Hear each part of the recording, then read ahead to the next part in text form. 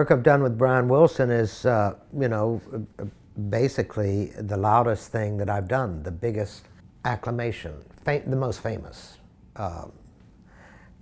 collaboration that I've had. It started out that I was brought in as a lyricist on Smile, and yet I had instrumental ideas that I suggested, for example, a cello for the triplets on the chorus of Good Vibrations. That became a problem for the Beach Boys. Mike Love, of course, had said, famous quotation that, what do we have a cello for? Nobody in the group plays cello.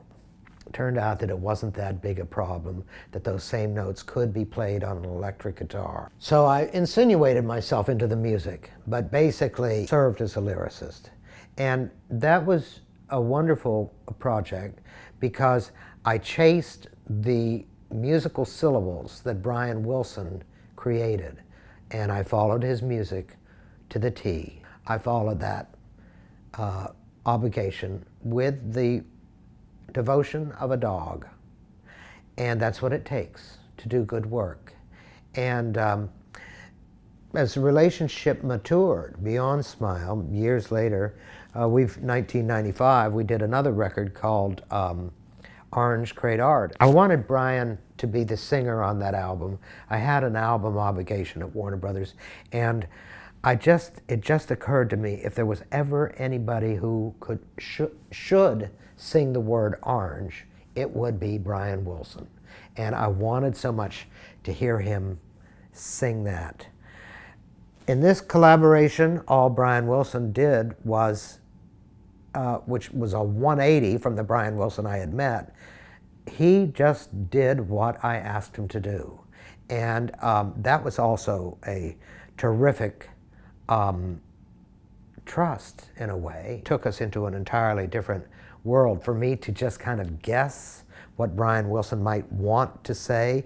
But in both cases of Smile and in Orange Great Art, you see what the album does is it creates a personality that never exists. You're putting somebody into the world that is entirely fictional, but reaches a reality if you do have a convincing case.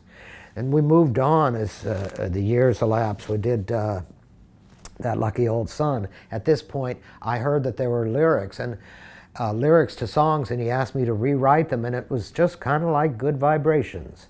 I heard these lyrics, and I said, and he was concerned about excitations and so forth. I never wanted to replace anybody's lyrics. I couldn't do that.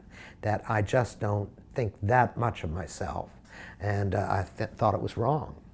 So I didn't take him up on it. But I found myself in Lucky Old Sun, his great record, his love affair with Los Angeles, able to write poetry which fused the songs together to talk about the place, that place called Southern California, giving Brian his imprint on SoCal, that culture that we both shared and loved.